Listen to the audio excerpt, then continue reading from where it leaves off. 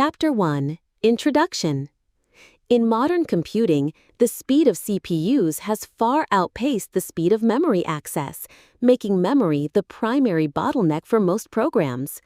While hardware designers have created sophisticated solutions like CPU caches, these systems are not fully optimized without the programmer's help. Unfortunately, many programmers lack a deep understanding of how computer memory subsystems and CPU caches work. This paper aims to bridge that gap. It explains the structure of modern memory systems, the reasons behind the development of CPU caches, how they function, and what programmers can do to write code that uses them efficiently for optimal performance. The focus is on commodity hardware and provides Linux-specific examples for operating system-level details. Chapter 2: Commodity Hardware Today. To understand memory, it's essential to first understand the hardware it runs on. Modern computer systems are typically built around a chipset consisting of a north bridge and a south bridge. The north bridge is the central hub connecting the CPUs, RAM, and the south bridge. It houses the memory controller, which dictates the type of RAM the system can use. All communication between the CPU and RAM, or between different CPUs, must pass through the north bridge. The south bridge handles input-output I/O, connecting to devices like PCIe cards, SATA drives, and USB ports. This architecture creates several bottlenecks. All data must flow through the north bridge, which can lead to contention, especially when devices use direct memory access (DMA) to read and write directly to RAM without involving the CPU. To increase memory bandwidth, modern systems have evolved in a few key ways. 1. Multiple memory channels. Instead of a single bus to RAM, modern systems use multiple channels, like DDR2 and beyond, effectively doubling or quadrupling the available bandwidth. 2. External memory controllers. Higher-end systems might use external memory controllers connected to the north bridge, allowing for even more memory channels. 3. Integrated memory controllers, NUMA. A popular modern approach is to integrate the memory controller directly into the CPU. Each CPU has its own local memory. This architecture is known as non-uniform memory architecture because accessing a CPU's local memory is fast, but accessing memory attached to another CPU is slower due to the need to traverse the interconnects between them. This difference in access time is called the NUMA factor. As multi-core processors become standard, NUMA architectures are becoming increasingly common. There are two primary types of RAM. Static RAM, SRAM, very fast and built from complex circuits, using about 6 transistors per bit. It doesn't need to be refreshed and provides immediate access to data. However, it's expensive and takes up more space, making it suitable for small, high-speed CPU caches. Dynamic RAM, DRAM, much simpler and denser, 1 transistor and 1 capacitor per bit, making it cheaper and allowing for larger capacities. This is what we use for main memory. However, it's slower. The capacitor used to store each bit leaks charge and must be constantly refreshed, typically every 64 milliseconds, which momentarily halts memory access. Reading from DRAM is also destructive and requires the cell to be recharged, adding time to the process. Accessing DRAM involves a multi-step protocol to select the specific memory cell. To save on pins and complexity, the address is sent in 2 parts. First, the row address strobe, RAS, and then the column address strobe. This process, along with the time needed for the memory to respond, cache latency, or CL, introduces delays.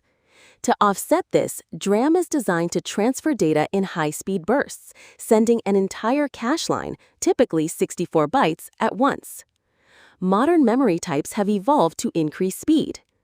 SDR, single data rate, SDRAM, the original synchronous DRAM. DDR, double data rate SDRAM, transfers data on both the rising and falling edges of the clock cycle, effectively doubling the transfer rate without increasing the memory core's frequency. This is achieved by using a 2-bit prefetch buffer. DDR2 and DDR3. further increase the bus speed, 2x for DDR2, 4x for DDR3, relative to the memory core's frequency by using larger prefetch buffers, 4-bit for DDR2, 8-bit for DDR3. This allows for much higher bandwidth while managing power consumption. Fully buffered DRAM, FB-DRAM.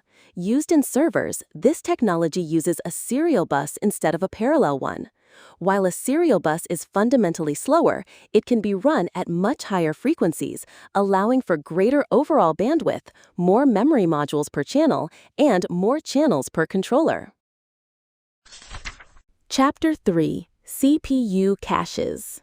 As the speed gap between CPUs and main memory widened, CPU caches were introduced.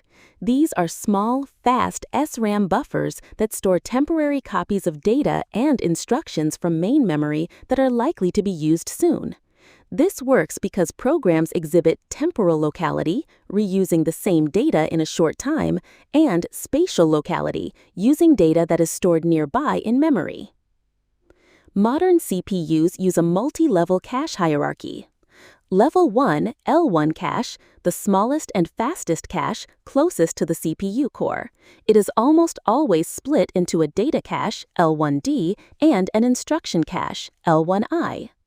Level 2, L2 cache, larger and slower than L1. In multi-core CPUs, L2 caches may be per core or shared between cores. Level 3, L3 cache, even larger and slower, typically shared by all cores on a processor. When the CPU needs data, it first checks L1. If the data is there, a cache hit, it's accessed quickly. If not, a cache miss, the CPU checks L2, then L3, and finally main memory. Each level down the hierarchy incurs a significantly higher time penalty. Data is moved between memory and caches in fixed-sized blocks called cache lines, typically 64 bytes. When data is written, the cache line is marked as dirty. This dirty line must eventually be written back to main memory. Inclusive caches, used by Intel, ensure that any data in L1 is also in L2. This makes evicting data from L1 faster. Exclusive caches, used by AMD, allow data to be in L1 or L2, but not both. This saves space but can make evictions more complex. To find data within a cache, the CPU uses the memory address. An address is split into 3 parts: the tag, the set index, and the offset. A fully associative cache allows any memory location to be stored in any cache line. This is flexible but requires comparing the tag against every single cache line, which is too slow for large caches. A direct mapped cache maps each memory address to exactly one cache line. This is fast and simple, but inefficient if a program frequently accesses multiple addresses that map to the same line. A set associative cache is a compromise. The cache is divided into sets, and each memory address maps to a specific set. Within that set, the data can be stored in any of the few available lines. An 8-way set associative cache, for example, has 8 lines per set. This design provides a good balance of speed and efficiency and is the most common today. In a multi-processor or multi-core system, each core's caches must remain consistent with the others. This is called cache coherency. If one core writes to a memory location, all other cores must be aware of the change. This is managed by the MESI protocol, which defines 4 states for each cache line. Modified, M. The cache line is dirty, modified, and exists only in the current core's cache. Exclusive.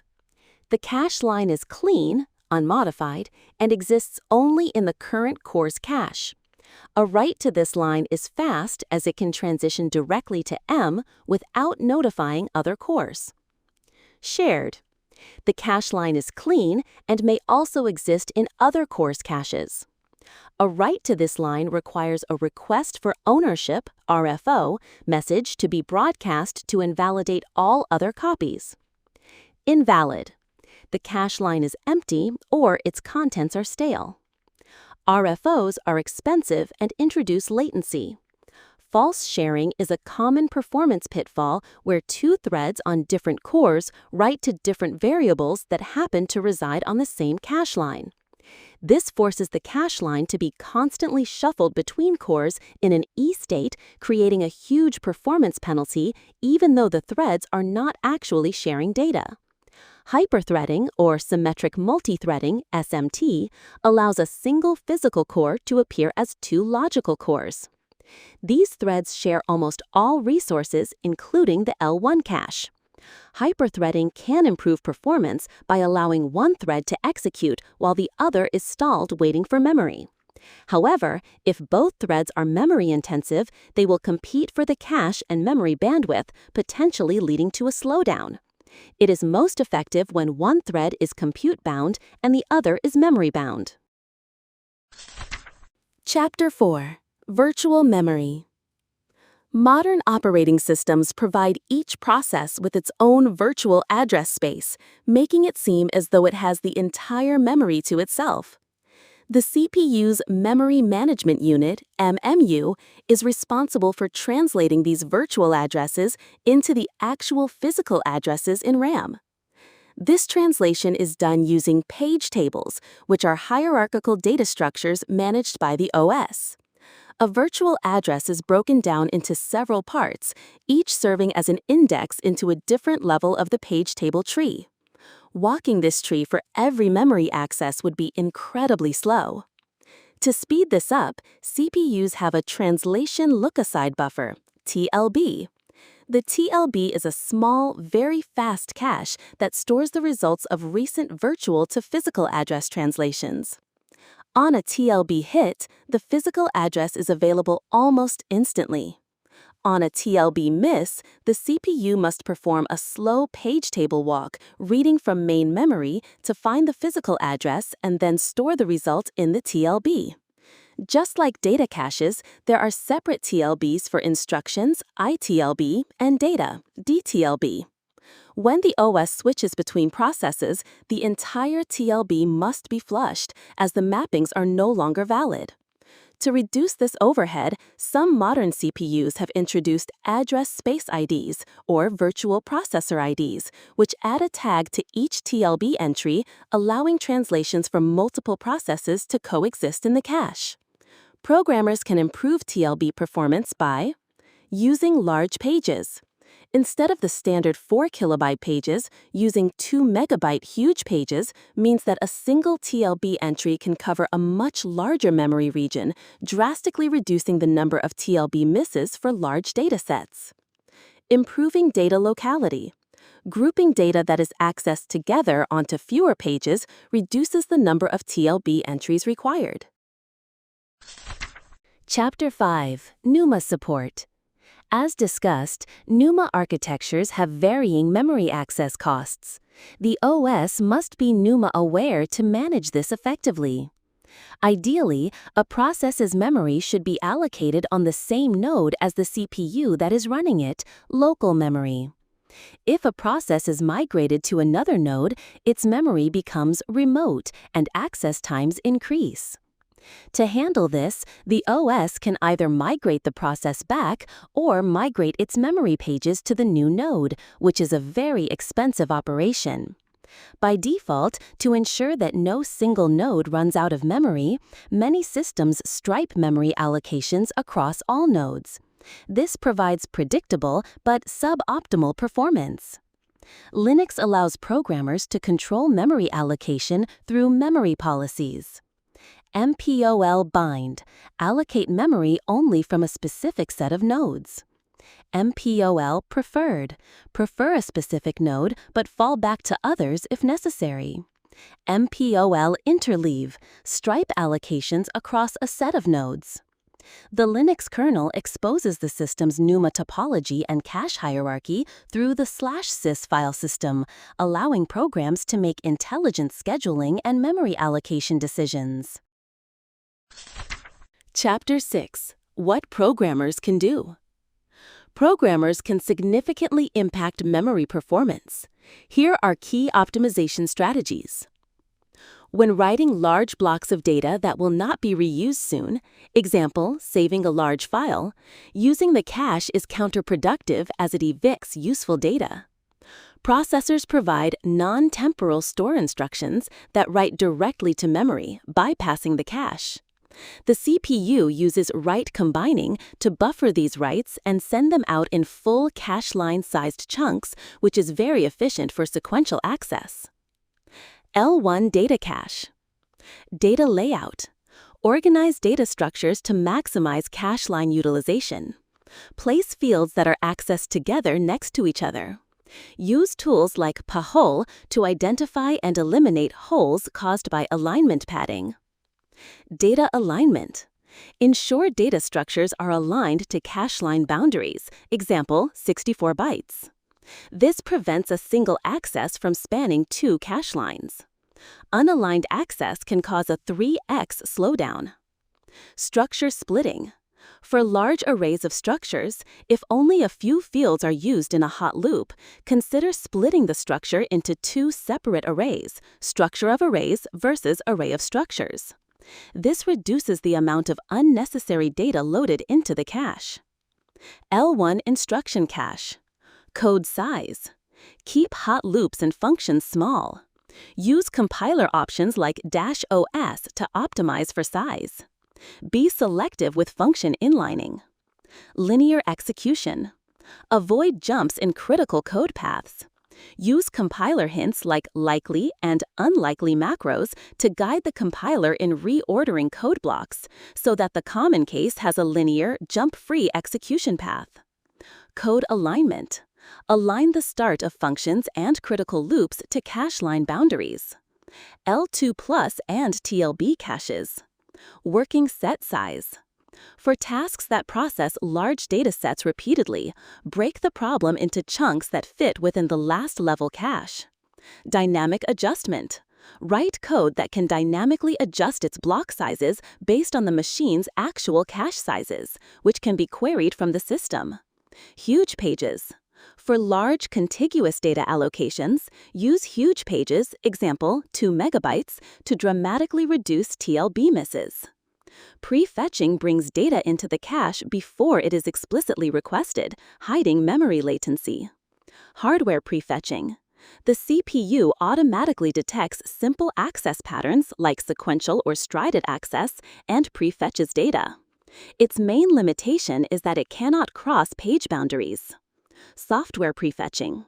Programmers can insert explicit prefetch instructions -mm prefetch on x86 to give the CPU hints about future memory needs. This is useful for irregular access patterns, like traversing a linked list. Determining the right prefetch distance is crucial. Helper threads. An advanced technique is to use a second helper thread, ideally on a sibling hyperthread, whose sole job is to run ahead of the main thread and prefetch the data it will need. This can be highly effective for complex access patterns. Avoid false sharing. This is critical. Ensure that variables written to by different threads are on separate cache lines. This may require adding padding to data structures to push variables apart. Group read-only data together, and isolate frequently written, contended variables. Use atomics wisely. When threads need to modify the same location, use atomic operations. However, be aware of their cost. On x86, a compare and swap loop is much slower than a native atomic increment, lock-addle. Choose the most efficient primitive available. Manage bandwidth. Threads on different cores compete for memory bus bandwidth. To optimize this, if threads share data, pin them to cores that share a cache, e.g. 2 cores on the same processor. If threads work on independent data, pin them to cores on different processors to give each access to its own memory bus. Use thread affinity functions, skeb set affinity, pthread set affinity np to control where threads run. Chapter 7. Memory Performance Tools. Several tools are available on Linux to analyze memory performance. O-Profile. A system-wide statistical profiler that uses the CPU's hardware performance counters. It can measure events like cache misses, L1, L2, TLB misses, and instructions retired. By calculating ratios, For example, cache misses per instruction, programmers can identify performance bottlenecks. Cache grind, a tool based on the Valgrind framework that simulates the CPU's cache hierarchy. It is slower than O-profile, but provides exact counts of cache hits and misses, and can simulate different cache configurations without needing the actual hardware. It can pinpoint the exact lines of source code causing cache misses. Massif, another Valgrind tool that profiles heap memory usage. It generates graphs showing total memory allocation over time, broken down by the function that allocated the memory. This is useful for identifying memory leaks or areas with excessive small allocations. Mem usage, a lighter-weight memory profiler included with the GNU-C library. It tracks total heap usage and provides a histogram of allocation sizes. Page-in, a Valgrind-based tool written by the author to trace the order and timing of page faults, helping to optimize code layout for better startup performance. Chapter 8, Upcoming Technology. The future of memory technology presents both challenges and opportunities. Transactional memory. Atomic operations, especially CAS loops, are complex and don't scale well. Transactional memory, TM, proposes a hardware-based solution inspired by database transactions. A block of code can be declared a transaction. All memory reads and writes within it are tracked by the CPU. The transaction either commits, making all changes visible at once, or aborts, discarding all changes if a conflict is detected with another thread. This could drastically simplify concurrent programming and improve performance by avoiding expensive cache coherency traffic until the commit phase. Increasing latency. Memory latency is expected to continue increasing with new technologies like DDR3 and NUMA architectures. This makes latency-hiding techniques like prefetching and out-of-order execution even more critical. Vector operations. Current SIMD extensions, like SSE, are limited. A return to true vector processors with wider registers and more powerful instructions, such as strided or indirect memory access, could offer huge performance gains by processing large amounts of data with a single instruction, giving the processor a clearer view of the program's memory access patterns. This work may be relegated to specialized coprocessors. That's all for this episode of Geek Capsule. We hope it gave you a fresh perspective on the world of technology. We'd love to hear your thoughts, so feel free to leave a comment or share your feedback. If you enjoyed the show, don't forget to subscribe and join us next time for another essential read. Until then, keep your curiosity sparked and your mind open.